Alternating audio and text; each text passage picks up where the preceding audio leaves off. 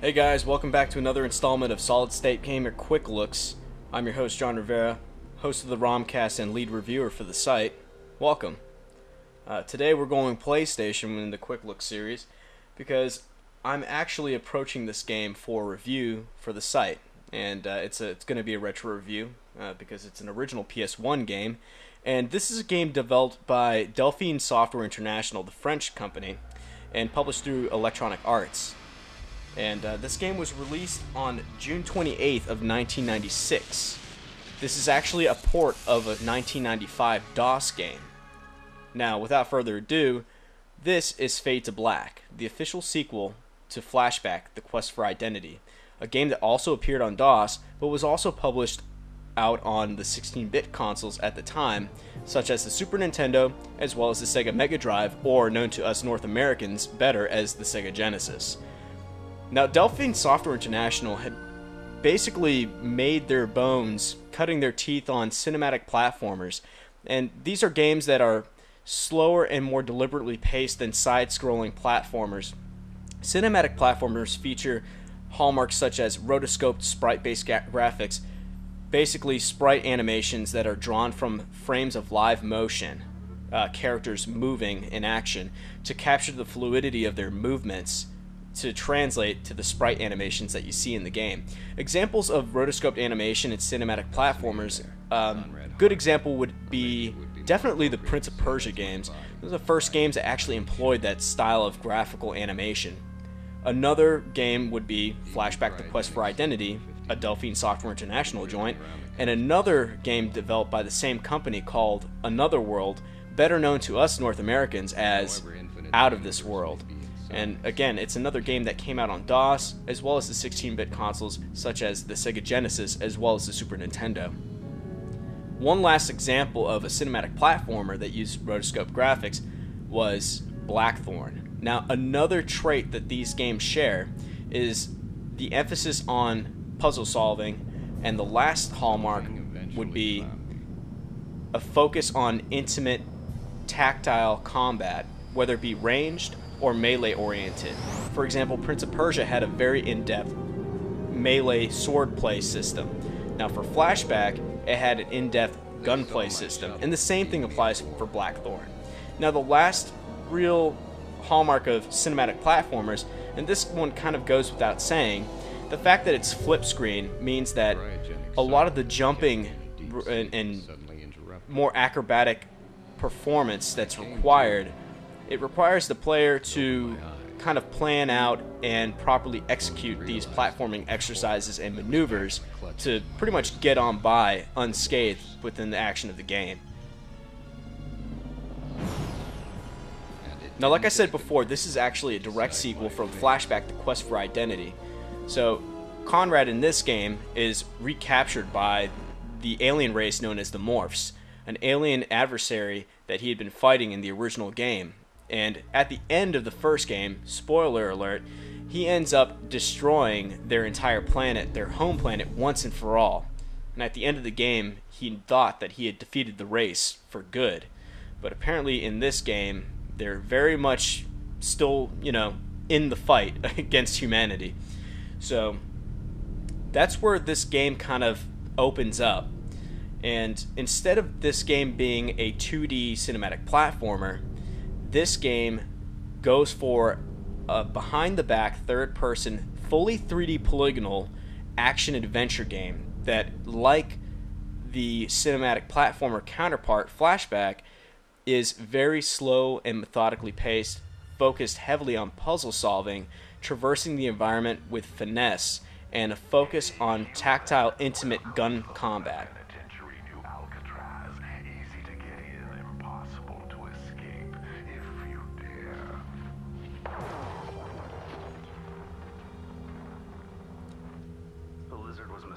We can escape in a cargo vessel. I'm John O'Connor. I was gonna take you with me when I escape, but you were out cold. By the way, I left you a few items of interest. You better grab your gear and move out. Maintain radio. Now these pre-rendered CG FMV sequence cutscenes are very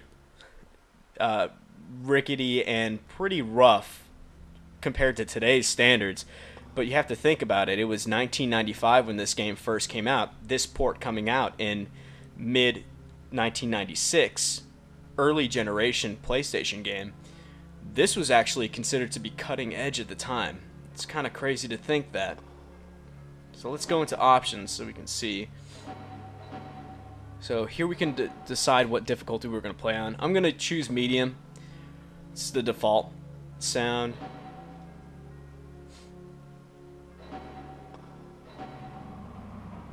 Ooh. So that's a control layout. I'm going to stick with this default layout. You can see with the 3D of the game, it's actually pretty good for the time.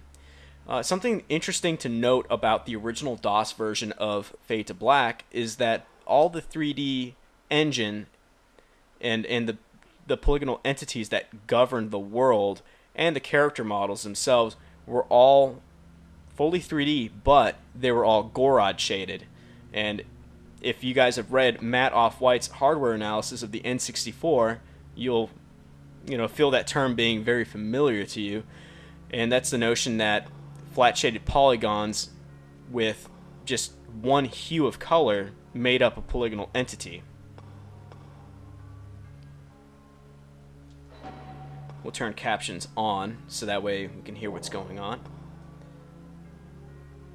And here we go. We're going to start from the beginning.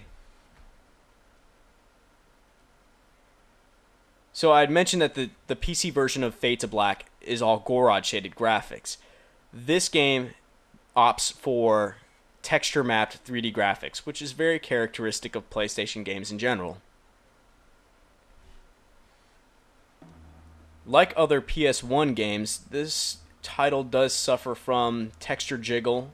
As you can see right here, I'm rotating the camera, and you'll automatically see that. Sometimes you can see line breaks that kind of punctuate different square, triangular breaks in the floor that segment one part of the floor from the next.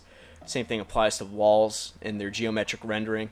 So obviously it is a PlayStation 1-ass PlayStation 1 game, and those things are kind of to be expected of this generation of the system's lifetime. Also, you can tell that the walls in this game are texture mapped, as well as the video screen right here that Conrad is currently facing. By the way, the main character's name is Conrad Hart. Also, you can see some minor Z ordering issues, especially with these yellow chairs. You can actually see the support beams of the chairs right here kind of peeking through the cushion area. So a lot of the objects within the environment, sans walls, are just flat shaded polygons, as where Conrad himself happens to be, let's see if I can crouch. See, he's fully, you can see right here, he is fully texture mapped. As where rudimentary objects like this toilet or this sink right here are not. They're just flat shaded polygonal entities. Alright, so enough about that. Let's get into the control of this game and the agency in which you move within this game. Now, this game came out before Tomb Raider, so for this sort of title for a title like this to be in a fully 3D environment with texture mapped graphics is kind of unheard of. This game was actually a technical marvel for the time. Obviously you can see with the control and the camera is behind the back and is a chase camera that follows the character's actions. Now, despite the fact that the camera swivels with the character, Conrad kind of controls like a tank. And I'm not going to say tank controls, but obviously this game's agency employs the notion of character relative movement, which means that no matter what, right will rotate your character right, left will do the same thing in the opposite direction. Forward will always make your character walk up, and then pressing down will always make your character backpedal. So that's kind of the agency in which Conrad maneuvers around the environment within this game. Also, he's able to strafe. He's able to sidestep left and right. This can also be applied to combat mode. I'll explain that in due time. Also, Conrad can crouch. This can be used in firefights where you have cover at your disposal to duck behind, and you can dodge fire this way. Running is not accomplished by... Oh, here we go. Let me take care of this enemy right here. I'm engaged in combat mode by pressing square. Pressing square while in combat mode will fire my weapon, and that was a combat drone, or a security drone, sorry. R1 reloads my weapon. So, let me try to explain the rest of this. X makes my character run forward as opposed to double tapping or pressing a button in conjunction with up on the D-pad, which is kind of interesting choice. Now, circle makes my character kind of hop forward. And this is used to either hop over gaps or over electrified floor panels, and to avoid other ground-based hazards. Square engages combat mode. Pressing square while in combat mode fires my weapon.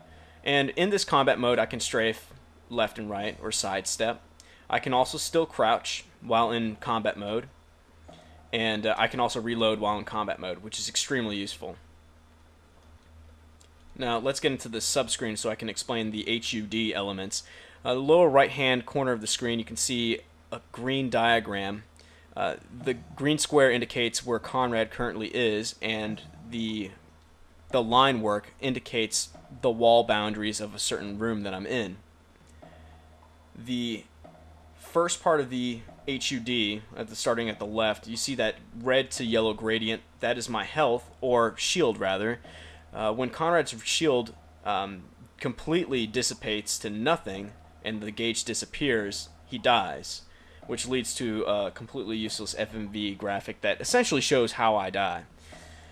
I have a map at my disposal which I can turn on or off, a shield, and also I can select which ammunition I use for my gun. Also, pressing X will engage in a description of the item that you have currently equipped in a slot. This is my normal ammunition. Along the way, you'll pick up different ammunition types that vary in amounts of damage dealt to enemies, and also vary in the amount of time it takes for Conrad to reload a magazine using this ammunition. Watch, pretty self-explanatory, tells me how much time I've taken to accomplish the mission. Now, the messages thing are very interesting. Actually, they're fully voiced and fully written out.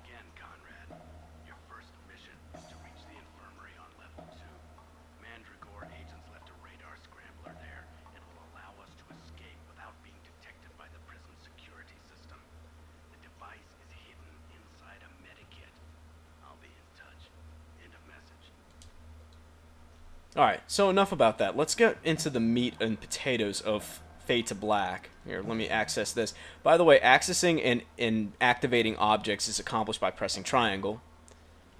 So, you'll find a lot of these lockers along the way. Oh, that little frame rate drop was not my PC recording this. That was actually the PlayStation.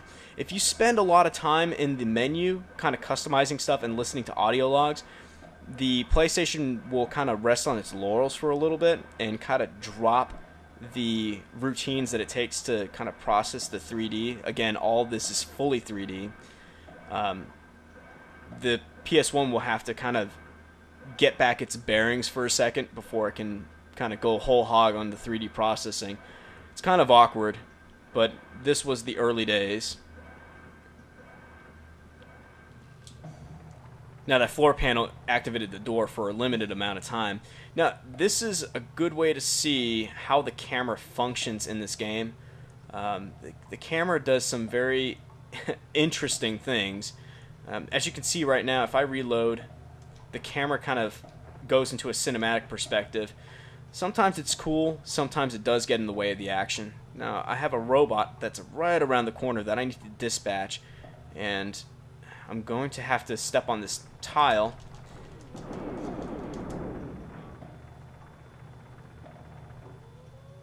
Now here's a weird quirk right here. Obviously I'm in combat mode, and let's talk about the camera in combat mode. Obviously it's at a beveled angle, which means anything that from a great distance away can't be seen in full view because of this beveled angle. It's kind of annoying, honestly. I understand that most of the combat is on an intimate level where the enemy is at the most a few yards away from you. As you can see right here, I just transitioned from a beveled angle to the behind the back omniscient perspective, and obviously this is a game flaw right here. This is obviously not intended to happen, because once I disengage from combat mode and then re-enter, it goes back into a beveled angle. So obviously that little that camera routine that transitions from the cinematic view of me hitting this switch right here, I paused for a second because I almost died right there, which is very easy to happen in this game. It happens in an instant, and there are a lot of instant deaths in this game. But as you can see, this game is a little rough around the edges, even for the time.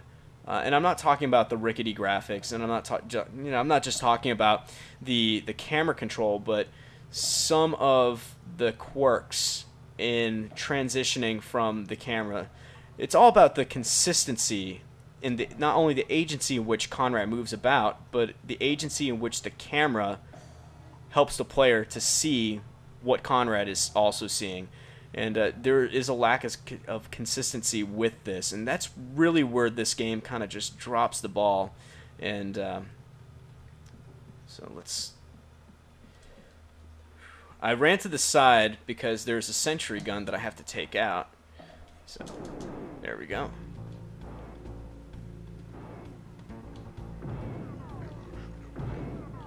And I'm dead. Something that's very easy to occur within this game.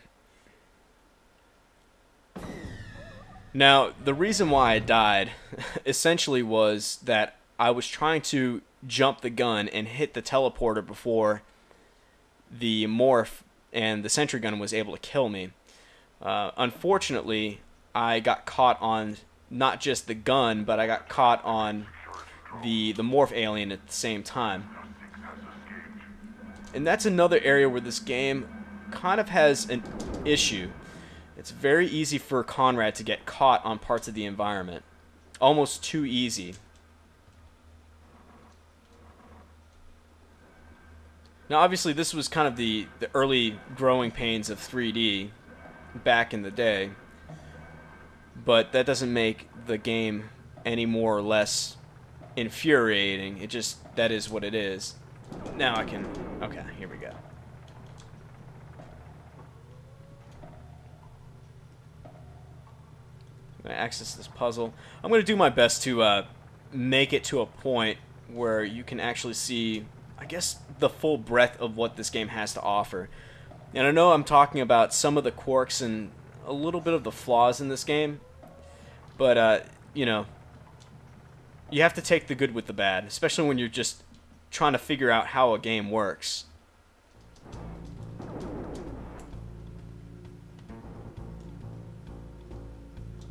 Alright.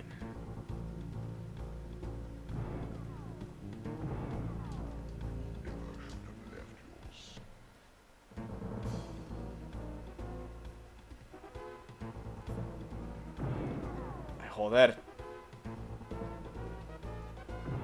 Nope. Dead again.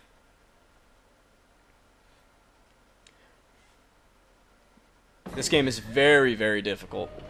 And believe it or not, these stages aren't really that long, but that's just because the combat is extremely difficult in this game. And a lot of that has to do with how the action is handled within the game. It's handled to be sort of an intimate it's more of an intimate experience than just kind of an impersonal sort of proposition.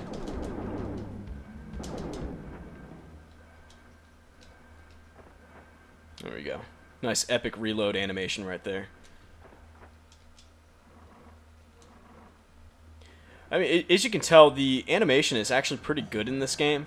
And, you know, for the time, I know that these graphics haven't aged terribly well, but I remember back when this game came out, and it was actually the talk of the town for quite some time.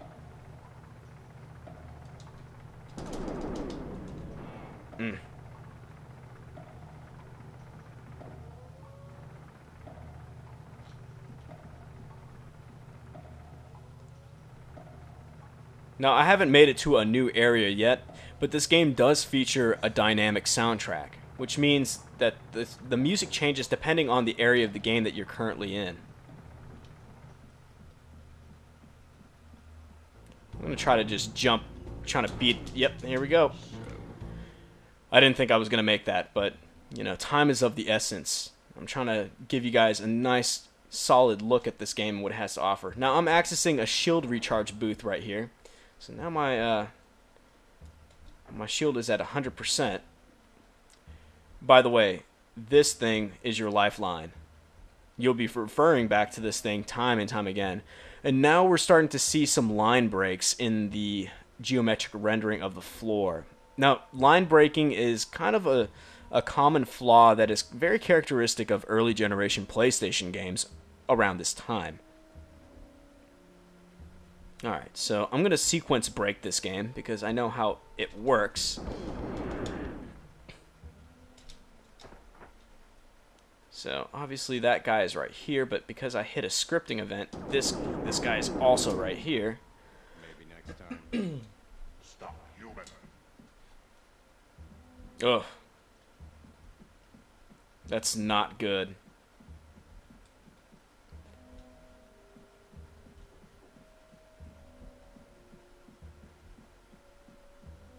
I was referring to the disc jitter affecting the frame rate of the experience. The frame rate obviously just bombed for a second. And that was just because the game was flushing something from its memory and loading something new in. Alright, so another interesting aspect of this game is that there's ambient sound, which means that sounds made by objects and adversaries and characters take place kind of in real world space. So let's see. There we go. What I mean by that is, had that morph, that alien in other words, had been kind of grunting from a distance, you would have not been able to hear it so well. So it's kind of like a little simulated Doppler effect when it comes to the sound design in this game. I'm just the cook. Sure you are.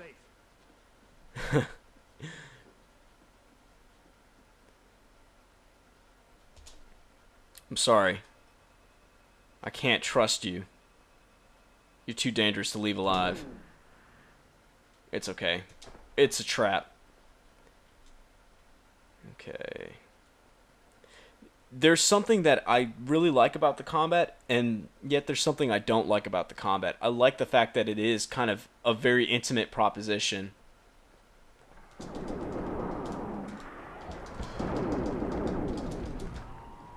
As you can see, the AI is actually pretty good in this game. They don't necessarily... And that's not something you can actually really say about games that use shooter mechanics. You know, gunplay mechanics within 3D games of yesteryear, is that the AI in this game is actually quite advanced. You know, enemies will kind of morph into their gel form and kind of move about, and while they're in that little blob form, you can't really shoot at them. You can't target them. Now, when they reform, you have a chance to do so, but there's two ways that these morphs can kill you. They can shoot you dead, or they can turn to a blob form, a gelatinous form, and then they can basically, in FPS terms, first-person shooter terms, they can telefrag you by morphing back into their bipedal form in your same position.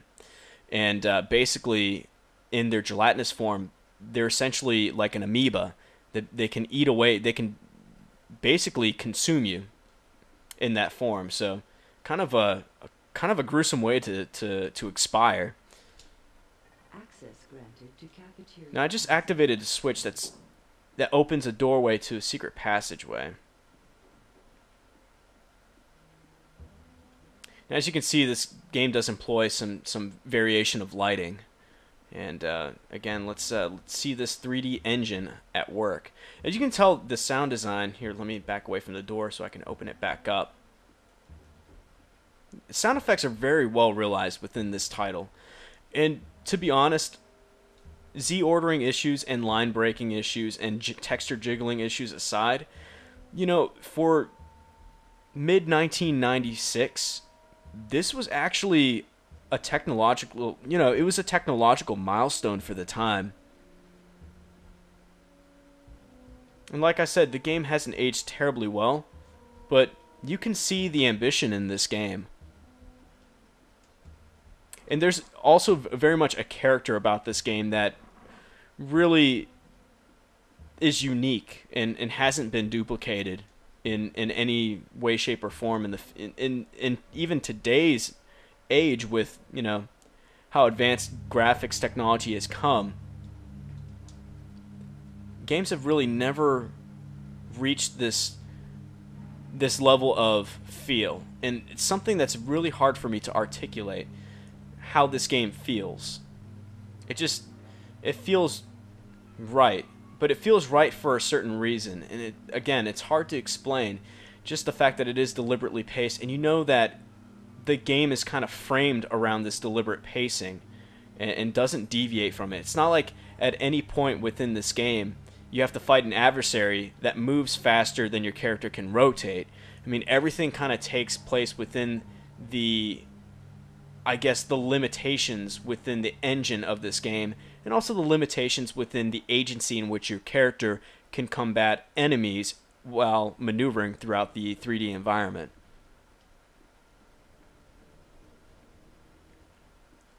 So here we have the rudimentary sort of traversal of environmental hazards. And you know what? I'm actually going to save my game right now, if that's possible.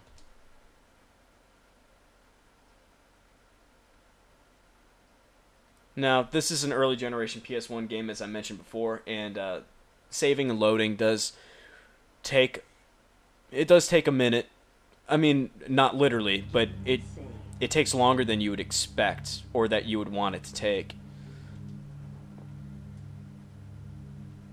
So here I am trying to avoid these electrified circles.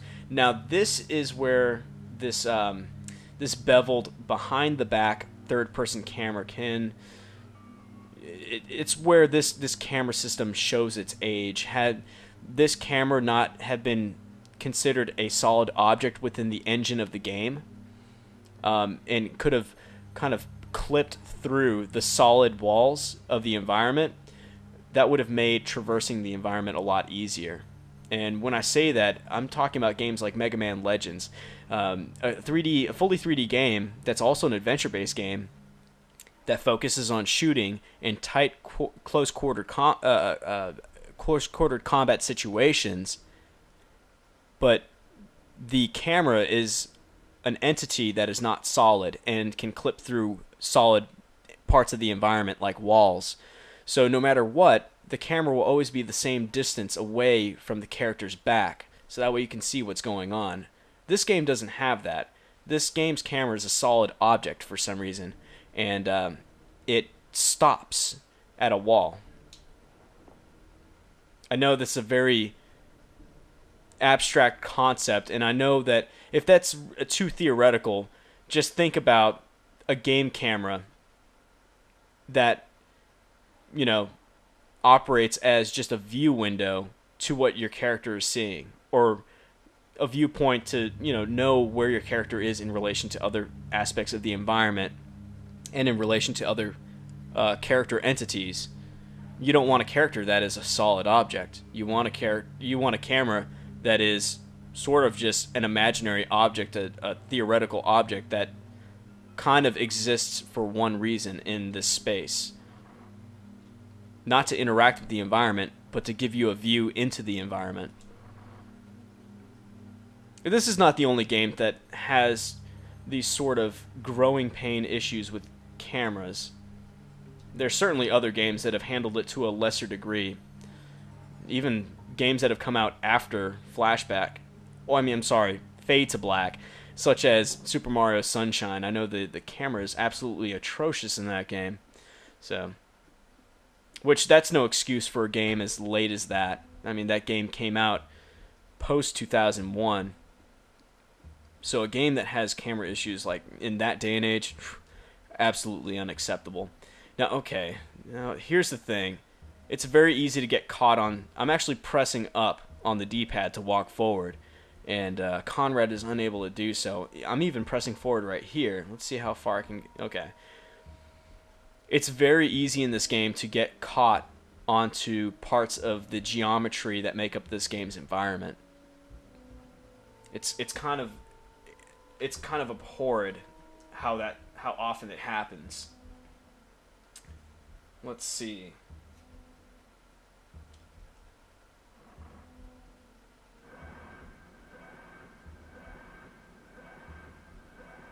Okay, now I just activated an alarm.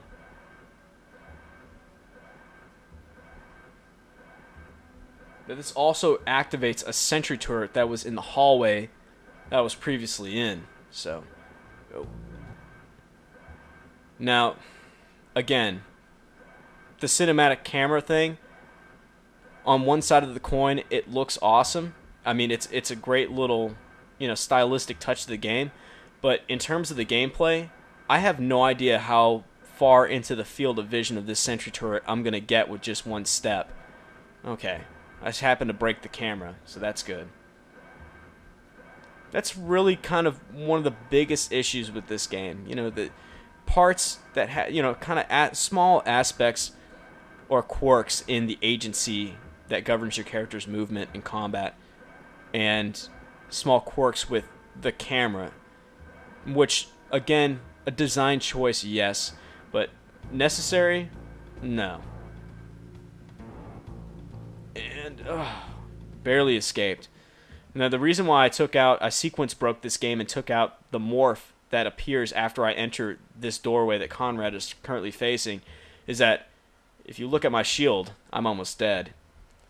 Had I come out with that amount of health while the morph was there, I would have completely gotten destroyed. Let's recharge my health. As you can tell, despite, the technical quirks within this game, talking about the line breaks, the texture jiggle, wobble, whatever you call it, the frame rate of this game is extremely solid, with the exception of these two instances that you saw when I spent a lot of time looking into my inventory and then the frame rate kind of just went to 0 for a brief second. That's mostly attributed to optimization issues. But in terms of how the engine that governs this game's visuals is wrought, it actually works very well. You can see right here the frame rate is holding at a pretty solid, 25 frames a second, I would estimate. I think that would be a safe assessment, saying that this game operates at a 25 frame a second frame rate, which for a company like Delphine Software makes perfect sense.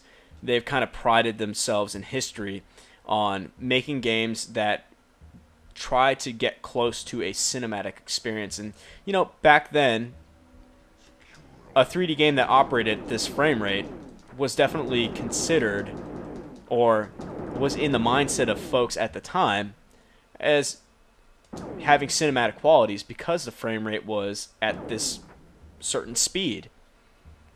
Now, obviously, in today's standards, that theory has kind of been disproven, or it's been it's been brought into the forefront as being kind of a moot opinion, mainly because you can have a game that's an immensely cinematic experience but runs at 60 frames a second yet still feels cinematic. It's not necessarily the frame rate that governs the cinematic feel of a game, it's the framing itself, how the game is artistically crafted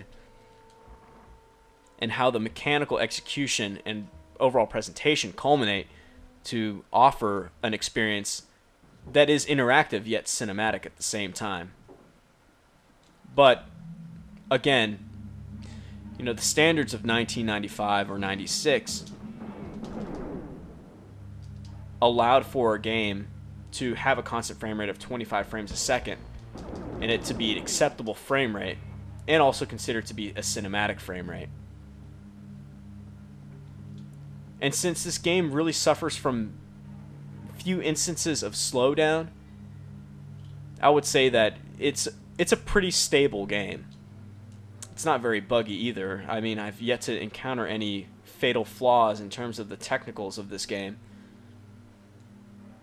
Now, if you listen closely, you hear that the music had changed based on the location that I'm in now. I'm also going to check out in my inventory the hint system. Force fields cannot withstand explosions. I would think that they would not be able to.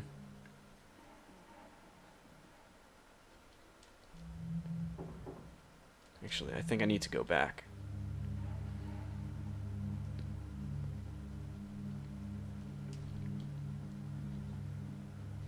Some of the ways these puzzles are solved, and this is one design flaw with the game that I've experienced so far. Some of the ways that these puzzles are solved or circumvented, most of them are solved with logic, but then other times it feels that the way you solve these puzzles are kind of obtuse.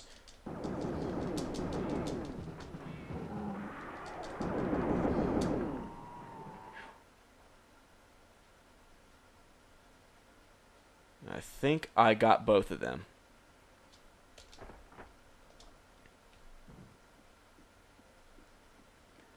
I will say that even though the combat can be tough in this game, I find it to be profoundly entertaining. There's just sort of like, I get the same feeling from the combat in this game as I get from the combat in the first Gears of War game. And I know it's a weird illusion to make, but what I mean is that the combat in this game is there's an intimacy to the combat. And it's definitely something that translated from the cinematic platformer history of this franchise over to the third dimension. You know, maybe the platforming didn't, but at least the combat did.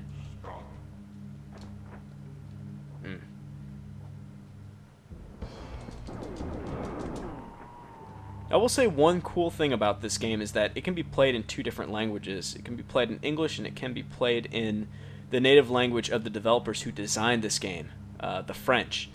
So it's actually really interesting to hear the aliens speaking and speaking with their monster voices in French at you. It sounds very menacing.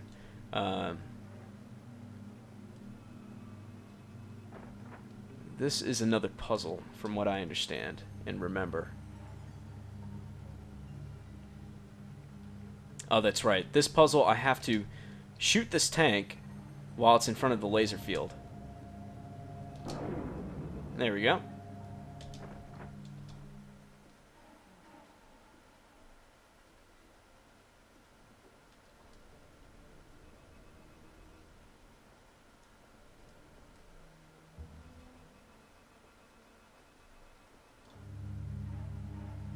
Alright, so here we go. Here we have our first instance of some slowdown.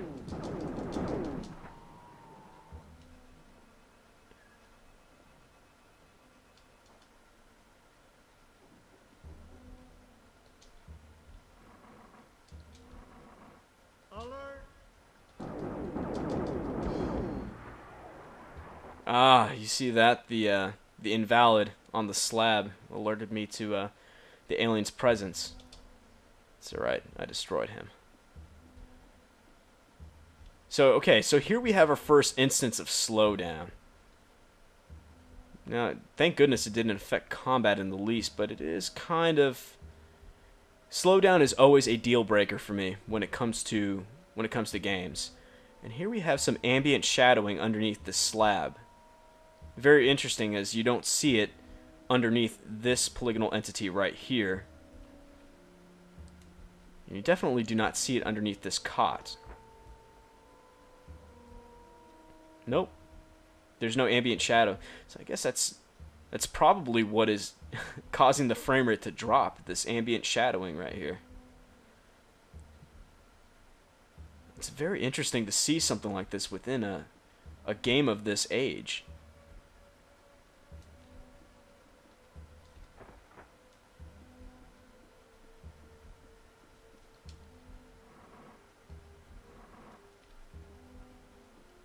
Alright, let's listen to this next message. Well done. Now all we need to do is activate the hangar doors. There's only one catch. The warden's the only one who has the access code to the computers. Watch it though. He's a tricky one. Once you have the code, enter it at the terminal in the computer room. I should then be able to open the doors from where I am by remote control. End of message. Alright, so that's the end of that. God, it's unbelievable how the frame rate takes a dive in this section, just because, and I'm pretty sure, almost 100% sure, that it's this ambient shadow cast that's, you know, yeah, it's the shadow that's being cast by this slab that's causing that to happen.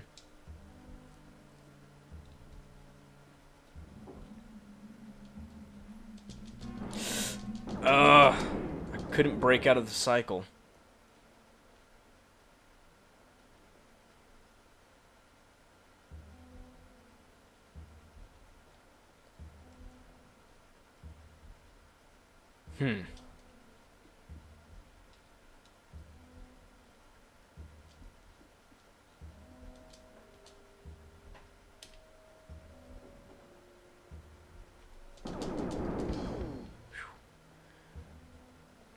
These guys just pop out of nowhere. It's actually kind of, you know, for playing through this game for a first time, it's kind of frightening.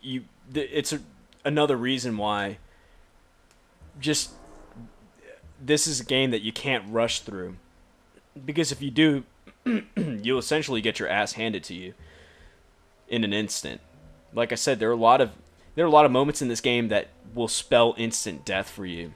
And same thing for if you kind of John Wayne it into a room, you know, coming in all half-cocked, and you run into 2 or more enemies, you will be screwed in an instant. Let's see. Can't go through here. Ah, here we go.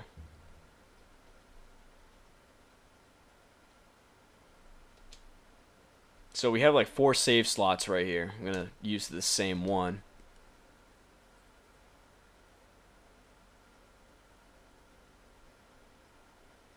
So far, this game is very fascinating. I mean, as you can see, for the time, again, this is mid-1996. It's actually, technically, it's very fascinating how all this is happening.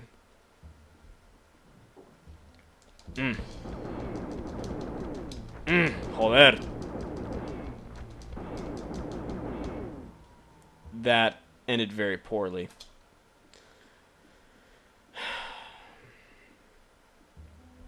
Oh well. There's no turning back now. Ah, dead. Now the game froze because it's going to show me this FMV cinematic of what happened to me. Now the first few times that you see the game over cutscene of how you die, it looks pretty cool, but it does get old after a while, especially when you've died a lot from, you know, one-hit kills, death traps, and the like. Also, the fact that when you die, it doesn't put you at your last save point. It puts you at the beginning of the level proper. This is kind of a little frustrating. No, don't do that.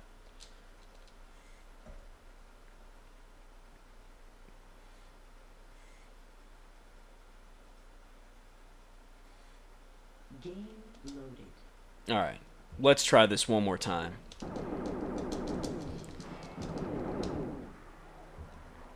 You have to be really quick with these bipedal morph adversaries. I mean, they move so quick. they do stuff like, I mean, that little sidestep that they do, it's so fast. I mean, you really have to be up on your game in order to kind of survive a firefight. It's not like a fast-paced firefight. It's like, it's pretty much like a quick draw, you know, showdown at high noon sort of proposition, as opposed to... there we go. Oh, man. I just got rocked. Access granted to cryo room passageway. I don't know if I'm going to last much longer than this.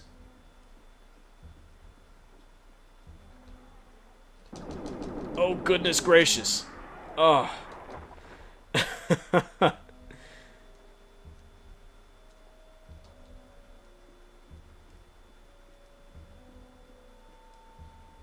Actually, let's see if I've got...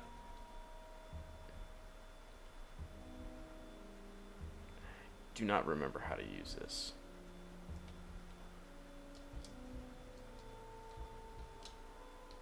There we go. So using R1 in conjunction, which is, you know, makes your character duck, but R1 or L1 in conjunction with the triangle button will use an item in your inventory. So another problem I have with the movement agency in this game is that rather than just tapping forward and Conrad just making a small move forward, he'll just end up making like a huge step regardless of how long you've pressed the button down. And when trying to negotiate these electrified floor panels and other pitfalls and stuff, it's really hard to tell how close you're going to get with each step to that hazard. Nice, nice, nice. Oh.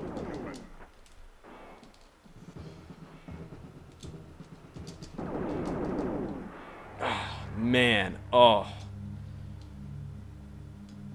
Those rocket guys. You know what? There we go. Now I've switched my ammunition type over to... You do not have the key. You do not have the key for this door just yet. I've changed my ammunition type over to explode. So it has a slower rate of fire.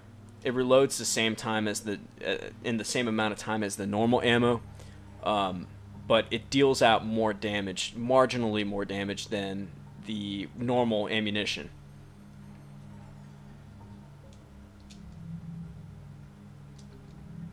Let's not use that.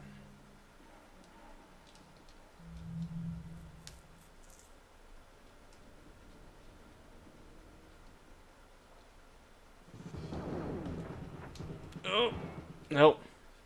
Wasn't enough.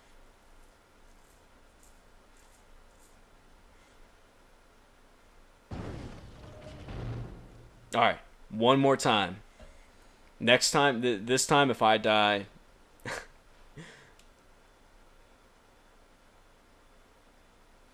it'll be the end of this quick look.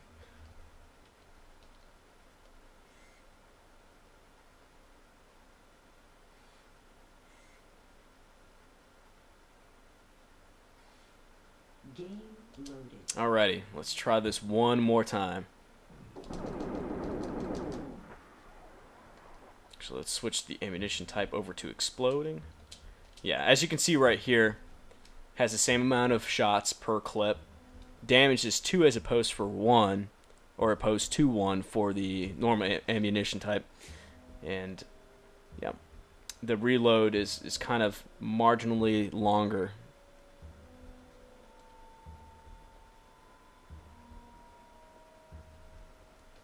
I'm just going to stay in my combat mode for this, because I know this guy's around the corner. There we go.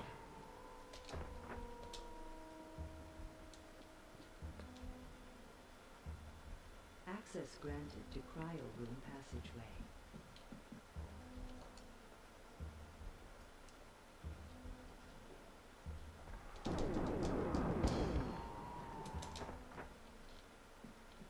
There we go. Now, as you can see, that I mean, everything's kind of well, I would say well wrought given the limitations of this 3D engine. You can see right here, all the panels are well animated. As you can see, we're seeing some texture jiggle right here, and wow, we're seeing some weird graphical snafus. Obviously, it's kind of attributed to the limitations of the PlayStation 1 hardware. And now this thing just straight up disappeared. It's a very interesting graphical snafu. Interesting. But I do like how everything in this game is rendered in 3D and not so much taking place in 3D. Give you a good example. You see like the fences in like Super Mario 64 that are like two-dimensional digons as opposed to fully polygonal entities. You can see they're like only two. They're like polygonal entities that only have two faces on them. It's like a piece of paper that has the texture of the fence within real-time 3D space. Now you look at this, for example, this railing actually is 3D. You can see it's got multiple polygons that makes up the structure of it. And I think that's really cool to see in a game as early as 1996. I mean, there's a lot of really bold steps that this game really took in making this game actually work in full 3D. Let's see if I can dodge this. Nope. Alright, it's time for me to start running.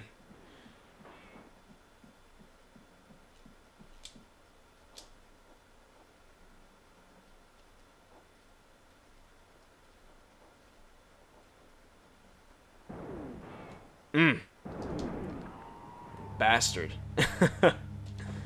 Alright, so that's that. I'm doing a little better than I was before. You do not have the key. In this game, you know, a firefight can easily turn fatal if you're not careful.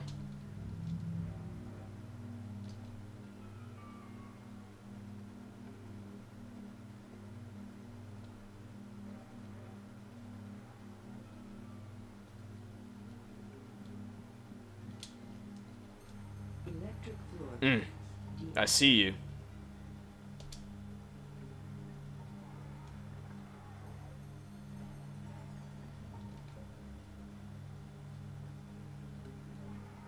God, this is so nerve-wracking.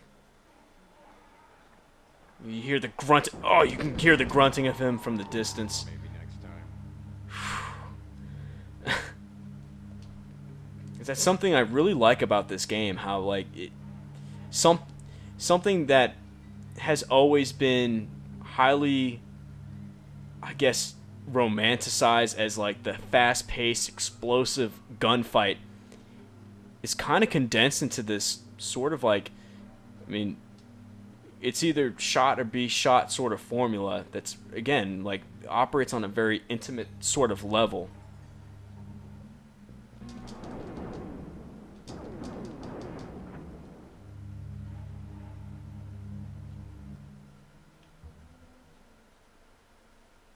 Alright. And it's interesting, again, from a graphical standpoint. You know, this game could have taken the easy way out and not have tried to render all these elements and just made a bunch of science fiction looking corridors and stuff, but they actually try to paint some sort of, you know, believable reality in the game. You know, sleeping quarters, you know, lab rooms that are fully decorated with little props and stuff. Like, for example, this plant right here. This TV that actually is like a high-definition widescreen TV from the look of it. You know, the chair, the bed, and stuff like that. Transparent glass that punctuates everything. All these little computer screens and such. It's, you know, for the standards of the time, it actually was kind of a well-wrought environment. You know, let's see if we can get some... Yep, we can make it disappear by getting close up on it. God, it's so... That's so kooky.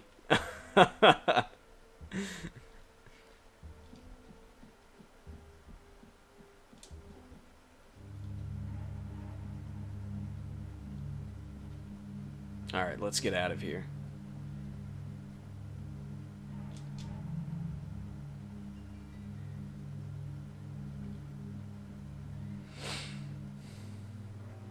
Seeing the light at the end of the tunnel. Just in case, I'm going to save. Choose this slot this time.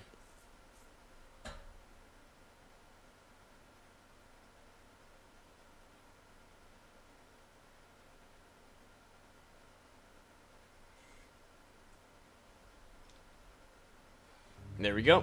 Saved.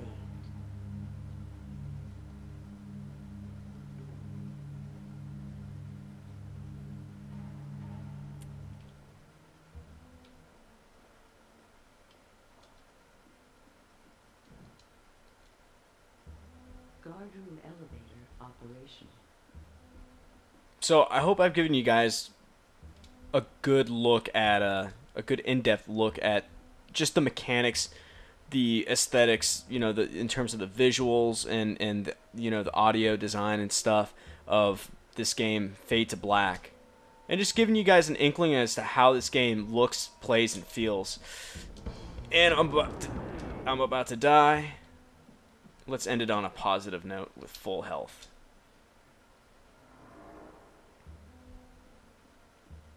Anyway, that'll sum up this quick look for Fade to Black, the sequel to Flashback: The Quest for Identity for the PS1, a port of the original MS-DOS version, made in July 28th of 1996 for the PlayStation. So very early generation.